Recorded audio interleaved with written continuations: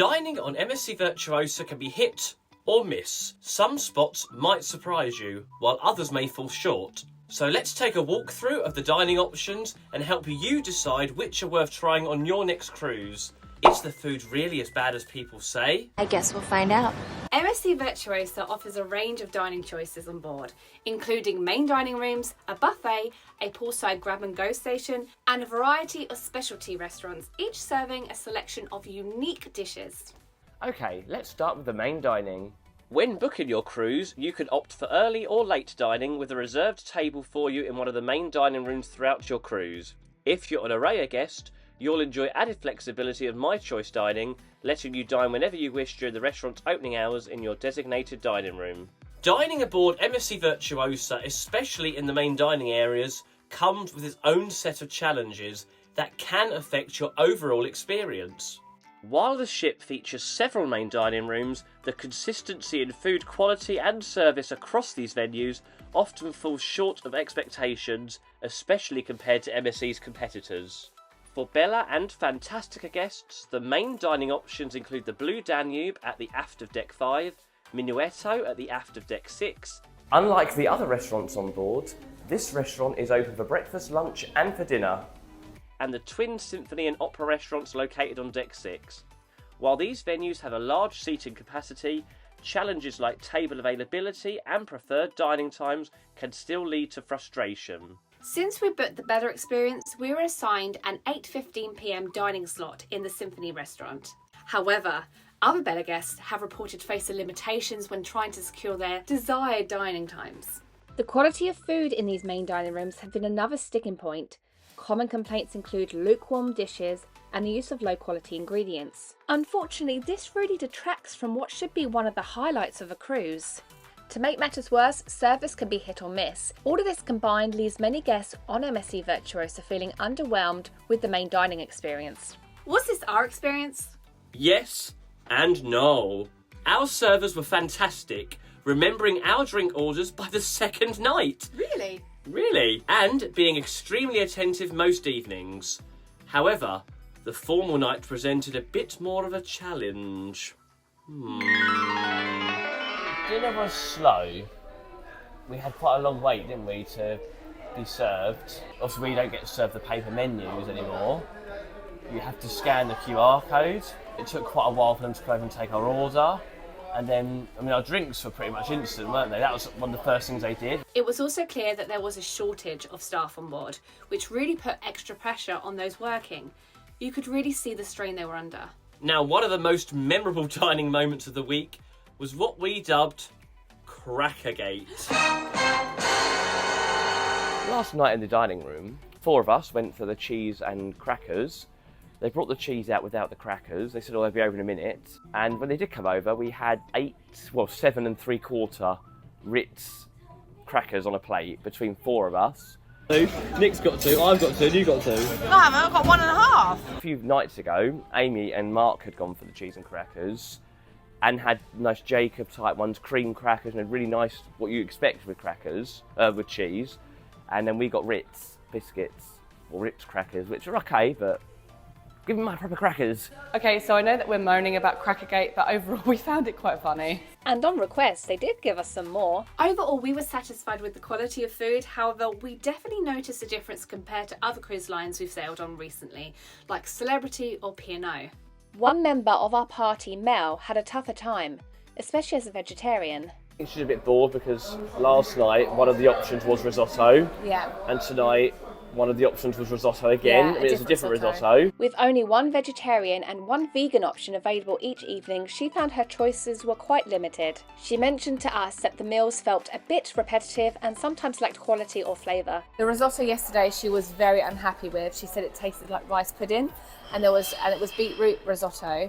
I have to agree with her. It did taste a bit like rice pudding. I mean, I liked it, but then I'm pretty plain. I'm plain Jane. You're basic. It's a good thing you can order 2 desserts, Mel? Il Campo, located on Deck 7, is the main dining room exclusively for Araya guests. Unfortunately, it doesn't quite deliver the unique experience one might expect. Although it's designated for those seeking a more premium service, The menu is the same as in the other main dining rooms, leaving some guests hoping for something special, feeling a bit disappointed. On the upside though, Il Campo does offer flexible dining hours between 6 and 9 PM, unlike the other dining rooms that stick to fixed dining times. So welcome to the Il Campo restaurant on board Virtuosa. This is the My Time dining room, and there's a massive lifeboat obstruction here.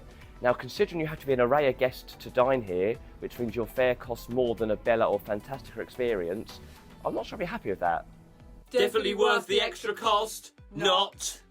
The buffet, located at the aft of Deck 15, is open for breakfast, lunch, dinner and late night snacks, offering a wide range of international dining options. Expect a lot of Mediterranean cuisine here. It is an Italian cruise liner, after all. In our experience, the buffet on MSC Virtuosa has been the worst we've encountered on any cruise ship. And I know we've said this before about other buffets, but this one really was. I'll take Pinot Noir any day. Breakfast became a dreaded affair due to the chaotic atmosphere. It got so overwhelming for Mark that he decided to skip the buffet altogether after the first day, and he opted to go to the main dining room instead. Navigating the buffet was a bit of a challenge as the layout was confusing. We found ourselves taking smaller portions just to avoid the long queues at every station. For example, fried eggs were placed next to omelettes instead of with the other fried breakfast staples. Ideally, they could have been positioned in both spots for better accessibility. This made it incredibly frustrating to find what we wanted.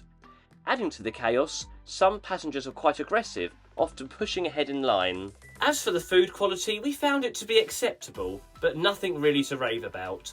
Except for the pizzas. MSC definitely knows how to make a good pizza. MSC do pizza good. The Marketplace Buffet offers an extensive selection from breakfast through to dinner. While the quality may not reach the high standards of the more premium lines, it's important to consider that budget fares often come with compromise in food quality. The buffet can become particularly crowded during peak times, especially at breakfast. This is not the ideal experience, so if you can, try to plan your visit during off-peak hours. Also, it's normally easier to find a seat at the back of the buffet. The grab and go station located on the pool deck, which is on deck 15 of the ship, is the perfect spot for a quick snack when you're feeling peckish. With a wide range of popular fast food options, it's an ideal casual dining fix for those moments when hunger strikes. Enjoy delicious slices of pizza, something MSC is known for, along with burgers, hot dogs, fries and more. We personally loved the grab and go station because it allowed us to bypass the chaotic buffet and the food was really satisfying. You can't go wrong with a tasty burger and chips, right? Right? If you're enjoying this video so far, please give it a thumbs up and consider subscribing to our channel. We really do appreciate the support. We regularly post cruise vlogs, tips and review videos, so come along for the ride and come cruise with us. Now let's move on to the specialty dining options on board MSC Virtuosa, where extra charge venues offer unique culinary experiences beyond the main dining rooms. These specialty restaurants each bring a distinct flavour, from sizzling teppanyaki to vibrant Latin street food, giving you the chance to elevate your dining experience. We'll explore these options and give you a taste of what to expect if you're considering adding a specialty restaurant or two to your itinerary. You can reserve specialty restaurants either in advance of your cruise or once you're on board. To ensure you don't miss out, we recommend booking ahead whenever possible. If that's not convenient, make sure that you secure your spot as soon as you embark. Trust us, you don't want to wait until halfway through your cruise like we did. We had to settle For lunch! MSC also offers various dining packages that include multiple specialty venues, which could save you some money if you plan to dine at more than one during your cruise. Indochine, located on the Galleria on Deck 6, offers guests a delightful blend of Vietnamese classics with a French twist. The menu features a variety of tasty vegetarian and vegan options, along with an array of healthy and balanced dishes served family style. Mel, you should have come here. Meals at Indochine are available for an additional charge, approximately £54 per person. Many cruisers rave about the fine dining experience, claiming it's worth every penny. We didn't dine here. But some passengers did! Hola Tacos and Cantina, located along the Galleria on Deck 6, introduces a casual street food dining concept featuring a vibrant selection of Latin American and Mexican-inspired dishes, perfect for sharing in a friendly atmosphere. Guests can indulge in a tantalising array of options, from blue corn tacos and nachos to tasty tamales and tortilla soup. Don't miss the signature salsa bar, which boasts an extensive variety of sauces. Hola is the most budget-friendly specialty restaurant open for lunch and dinner. You can choose to eat a la carte or all you can eat for around £17 per person, which is a really reasonable fare considering it's so tasty. We didn't dine here. But some passengers did! However, we did get to try it on our MSC Euribia cruise, and if it is anywhere near as good as that experience, then you're in for a treat. Just remember to save up your appetite all day and loosen those belt buckles, or, if all else fails, borrow your wife's maternity trousers. Kaito Sushi, situated on Deck 7, is where tradition meets modern flair in a chic setting. This stylish sushi restaurant offers an impressive array of authentic Asian dishes, all prepared fresh on the spot with the finest ingredients. Guests can indulge in a true sushi dining experience with an a la carte menu, making it a perfect spot for sushi lovers. Expect to spend around £31 per person here for a delightful meal that promises to satisfy your cravings. We didn't dine here. But some people... Shut up, you're not funny. Kaito Teppanyaki is a stylish dining venue located midship on Deck 7, where the excitement of cooking really comes to life. Guests can take a seat at one of the 4 cooking stations and enjoy the thrill of watching an expert chef prepare delicious Japanese dishes on a sizzling iron grill. This interactive dining experience features a selection of at least 4 menu options, including a vegetarian choice. During our visit, we opted for the Samurai package, which cost around £33 per person, though there are other menus available at varying price points. We can't recommend this restaurant highly enough. It was truly the highlight of our cruise on Virtuosa. The chefs are not only incredibly talented when it comes to creating mouth-watering dishes, but also provide an entertaining experience that adds to the overall enjoyment. What do you think, boys? So it's fantastic. I mean, so far it's the best, miles above the food we had already. The chef was brilliant. Like, to be able to eat and actually have your food done and then delivered straight to your plate, and seeing the chef entertaining you at the same time was really good. Moving on to Butcher's Cut, which is an American-style steakhouse on board MSC Virtuosa, located on Deck 7. This dining experience typically includes starter or soup, a main course, a side and dessert. However, one drawback is the limited vegetarian options available for main courses. Sorry, Mel. Guests with dining packages may also encounter restrictions, as much of the menu is off limits under these packages, often requiring 50% supplement for certain items. The dining experience we chose cost around £47 per person. Overall, we had a mostly positive experience, enjoying generous portions and quality food. I enjoyed my meal. I know that. Yeah, I didn't enjoy mine. Mine was burnt. Really horrible. It literally tastes like charcoal. Unfortunately, Amy's steak arrived burnt, but we didn't bring it to MSC's attention until near the end of the meal. In their defence, I should have told them earlier. I did try to correct it in their defence, but A bit too late. I was too late. By that point, it felt too late to accept their offer to remake it, since most of us had nearly finished our meals. The service, while friendly, didn't quite meet the high standards expected of a specialty restaurant. When I told them I didn't like the steak, they did say, well, did you order butterfly? And I was like, you didn't give us the option for butterfly? The staff checked in unusually early before we had a chance to fully enjoy our dishes, and didn't follow up with us later. The service was really slow, took a while to pour our wine and stuff. We went at 12 and we left at 2:20. So it was a very slow service. Starter and dessert was lovely. Just the main. The main was, and the sides were great as well, but the main, it just was disgusting. I couldn't finish it. As individuals who typically avoid causing a fuss, we didn't mention the steak issue sooner. Something we're actively working to improve upon.